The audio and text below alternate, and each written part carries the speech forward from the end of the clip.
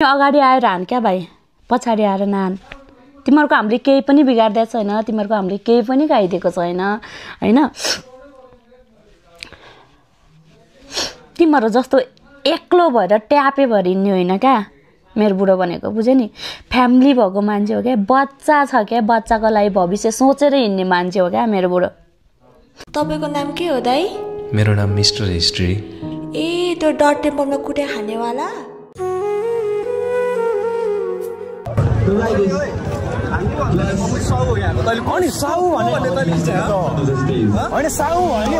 केही गल्ती भयो होला, कहाँ भयो सोच्नै सकिन। नराम्रो शब्द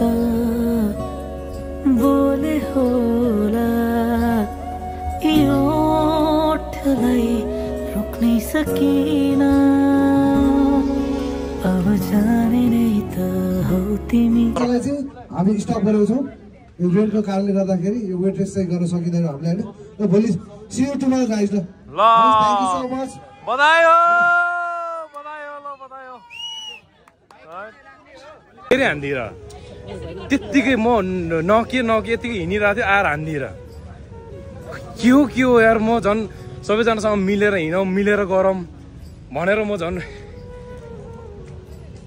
जहिले हिँड्दाखेरि पनि मैले राम्रो सोचेर हिँडेको मान्छेहरू इजबले हान्दिएर यसपालि चाहिँ।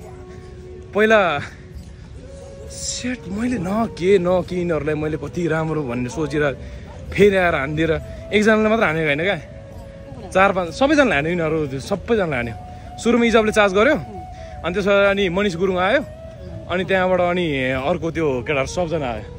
सो यहाँ भएको चाहिँ के थियो भने म सर यहाँबाट हेलमेट लिनको लागि गइरहेको थिएँ। दिदीको गाडीमा चाहिँ हेलमेट थियो यता साइडमा, अनि म गइरहेको थिएँ। अनि उनीहरूको त्यो एउटा पिट हुन्छ क्या, बाइकहरू राख्ने, उसको केटाहरूको बाइकहरू राख्ने ठाउँ हुन्छ क्या। अनि उनीहरू चाहिँ त्यहाँ बसिरहेको रहेछ। अनि त्यहाँबाट म सरसर गएँ। अनि भन्नु भने मैले त मलाई भने होइन होला भने म सरसर गएँ अरे। अनि त्यहाँबाट अनि अझै पनि मैले त्यो नसुने जस्तो। अनि गाडी खोल्दै थिएँ म, के भन्छ दिदीको गाडीमा थियो नि त हेलमेट। अनि गाडी खोल्दै थिएँ, तँलाई नै भने आएर झ्याम आएर हान्दिएर।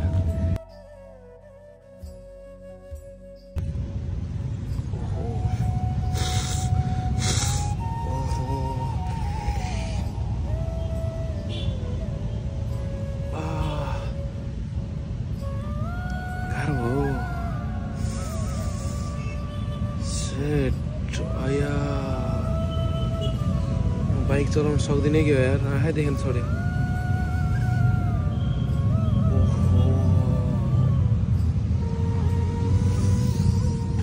भर्खर लास्ट दुख्न थाल्यो क्या। यहाँ टाउको यो शून्य छ, अनि ओहो आँखादेखि छोड्यो त यार।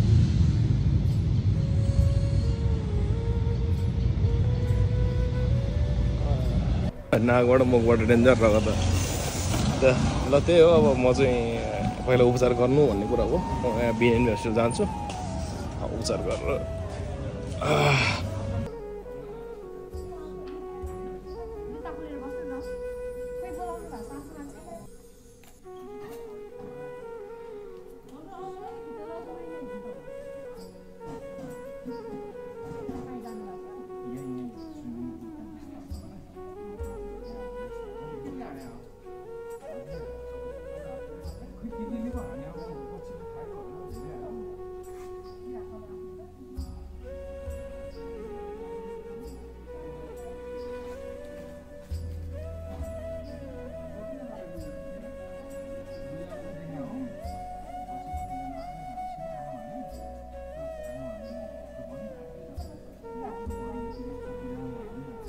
राम्रो काम गर्यो भने राम्रो हुन्छ अरे हैन।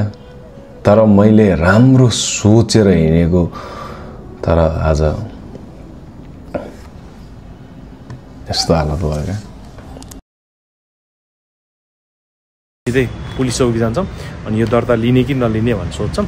अनि त्यहाँबाट अनि नलिने भनेपछि पछाडि अर्को विकल्प पनि चुज गरिदिनु भएको छ। त्यो सबै कुराहरू सबै गर्छौँ। जस लड्दैछौँ, न्याय खोज्दैछौँ हामी। तपाईँ टेन्सन नलिनु होला म एकदम ठिक भइसकेको छ है अलिकति दिमाग मात्र ठिक नभएको अलिकति माइन्ड चाहिँ एकदम डिस्टर्ब भइरहेछ तर सबै कुराहरू होप चाँडै सन्चो हुन्छ है Few moments later. मुद्दा दर्ता हुँदैन भन्छ वकिलले हुन्छ भन्छ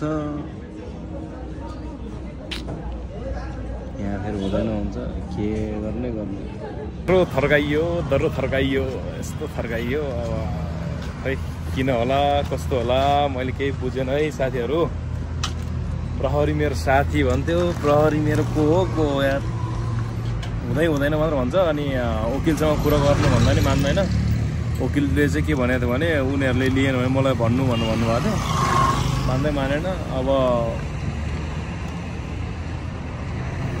आस उठ्यो Few moments later. जे कुराको डर थियो त्यही भयो है यहाँ के भयो भन्दाखेरि कुरा चाहिँ हामीले यो त्यहाँ लिन मानेन यताउता भन्नुभएको थियो अनि सायद त्यहाँको पुलिसहरू उनीहरूसँग मिलेको जस्तो लाग्यो मलाई चाहिँ किनभने मैले यहाँ दिइराख्दाखेरि म उहाँ इन्स्पेक्टर साहबसँग सल्लाह गर्छु अनि भरे कुरो गर्छु भनेपछि मलाई आश छैन यहाँबाट नि त्यही हो अब के गर्ने हो कस्तो गर्ने हो तपाईँहरूले कमेन्ट गर्नु मेरो सोचाइ अर्कै आइरहेछ मेरो दिमाग नै अर्कै चलिरहेछ पानी पनि परिसक्यो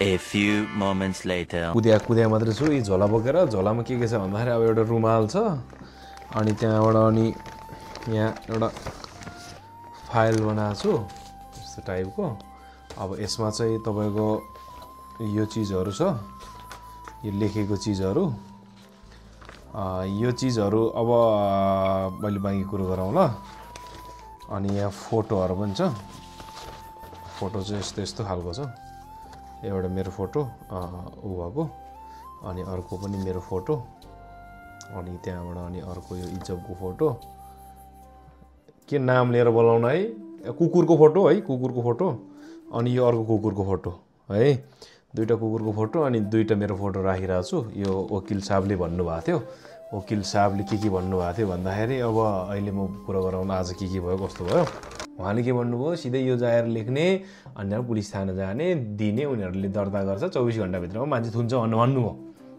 ओके खुसी अनि जाहेर लेख्न दियो जाहेर लेखेको 5000 रुपियाँ लियो 5000 मैले दिएँ अनि म गएँ जाहेरी बोकेर पुलिस चौकी जाने बित्तिकै पुलिस चौकीमा मलाई थर्काइयो यो किन जाहेरी पहिला किन निवेदन किन जाहेर पढ्दै नपढिकन क्या निवेदन किन छैन पहिला निवेदन दिने हो अनि मात्र जाहेर दिने हो पहिला ऊ मान्छेहरूलाई हामी बोलाउँछौँ अनि त्यहाँबाट उनीहरूसँग सल्लाह गर्छौँ अनि मात्रै के भन्छ जाहेर दिने हो यत्तिकै हामी सिधै जाहेर लिँदैनौँ भन्नु भने अनि मैले के भने वकिललाई लो यहाँ जाहेर लिन मानेन के गर्ने होला हजुर भन्नु भनेको उसले मान्दैन भने म अर्को जाहेर लेखिदिन्छु भन्नु ओके भने अनि फेरि आज त्यो हिजो हो त्यो जाहेर दिएको त्यो केस मिलेन भनेको चाहिँ अनि फेरि आज हामी अर्को नयाँ जाहेरी बोकेर अनि त्यहाँबाट गयौँ आज त झन् त्यहाँ चौकीभित्र त यस्तो भन्यो कि तिमीहरूलाई हिजै भने होइन यो हुँदैन भनेर हुँदैन भनेपछि हुँदैन खुरुक्क लाएर निचेर गइहाल त्यसरी भन्यो सातो बाटो पुलिस चौकी 2 नम्बरमा छिरेको थियो हामी त्यसरी भन्यो अनि त्यहाँबाट अनि यो वकिल साहबले चाहिँ हुन्छ भनिरहनु भएको छ यसरी यो एउटा कुरो देखाउनै बिर्सेछ यार वेट ल वकिल साहबले चाहिँ यसरी हुन्छ भनेको छ अनि यहाँ यो कानुन अनुसार हुन्छ भनेको छ राखेँ मैले यहाँ रहेछ यहाँ कानुन अनुसार हुन्छ भनेको छ यो कानुन अनुसार हुन्छ भनेको छ भनेर यहाँ लेखेर पठाइदियो मुलुकी अपराध सहित 2074 को दफा 194 बमोजिम को कुटपिट मुद्दा सरकारी मुद्दा हो भनेर यसरी लेखेर पठाइयो हाम्रो वकिल साहबले तर यसलाई के गरिदियो यिनीहरूले फाल्दियो हे यस्ता त जे पनि लेखिहाल्छ नि तिम्रो 5000 पैसा बचाउनको लागि लेखिरहेको तिमी त त्यसको कमाउने भाँडा भयो तिमीले त अब त्यसलाई पैसा तिरिराख्ने त्यसले यस्तो यो वाइयात जाहेरीहरू लेखिरहन्छ तिमीले पैसा तिरेर नि भन्नु भन्यो कानुन दुवैले कानुन पढेको, पुलिसले पनि कानुन पढेको, वकिलले पनि कानुन पढेको, हामी त त्यो फिल्डमा छैनौँ नि त। उहाँहरूलाई त थाहा हुनु पर्यो नि त कुन जाहेरी हाल्न मिल्छ, कुन जाहेरी हाल्न मिल्दैन। अब यहाँ न के भन्छ उसको वकिलको गल्ती हो कि त्यहाँ भएको पुलिसको गल्ती हो कि हामी अन्धोल भयौँ, दिमागै चलेन एकछिन। अनि त्यहाँबाट फोन गरेँ वकिल साहबलाई, यहाँ त लिन मानेन नि भन्नु, वकिल कार्यालय जानु भन्नु भन्यो। वकिल कार्यालय लु वकिल कार्यालयबाट हुन्छ भने जिल्ला वकिल कार्यालय गइदिउँ न त भन्ने भयो हामीलाई। लु गइदिउँ भनेर हामी चाहिँ वकिल कार्यालय गएँ। गइसके पछाडि माथि नाम लेखेको थियो, के नाम थियो यार मैले बिर्स्यो, मैले मुनि साइडमा लेखेर राखिदिइरहेको छु, यो नाम गरेको मान्छेलाई भेट्नु भन्यो। म त्यहाँ गएर भेटेँ। उहाँले के भन्नुभयो, यसरी जाहेर हेर्नु, उहाँ इन्सपेक्टर साहब हुनुहुन्छ त त्यहाँ सुमन के समथिङ के नामको, उहाँले हुँदैन भन्नुभयो, हामीलाई त थर्काएर पठायो भन्नुभयो। अनि उहाँले हुँदैन भन्नुभयो भनेपछि के कारण होला, त्यसो भए म भरे उहाँसँगै भेटेर छलफल गर्छु अनि त्यहाँबाट म तपाईँहरूलाई भन्छु नि है भन्नुभयो। अहिले छलफल गर्न मिल्दैन, एकचोटि फोन गरेर सोध्न मिल्दैन भने। होइन म एकदम अर्जेन्ट मिटिङमा जानुपर्ने छ, म अहिले जान्छु ल। तर कुट्नुभयो, मुनि गाडी आइसकेको रहेछ, गाडी चढ्नुभयो, जानुभयो। अब के गर्ने त, मलाई न्याय चाहिन्छ, म यो डरमा बाँच्न सक्दिनँ है, मलाई एकदमै फ्रिडम चाहिन्छ, मेरो फ्यामिलीलाई एकदमै फ्रिडम चाहिन्छ, त्यही भन्न चाहन्छु। हस्, बाई बाई।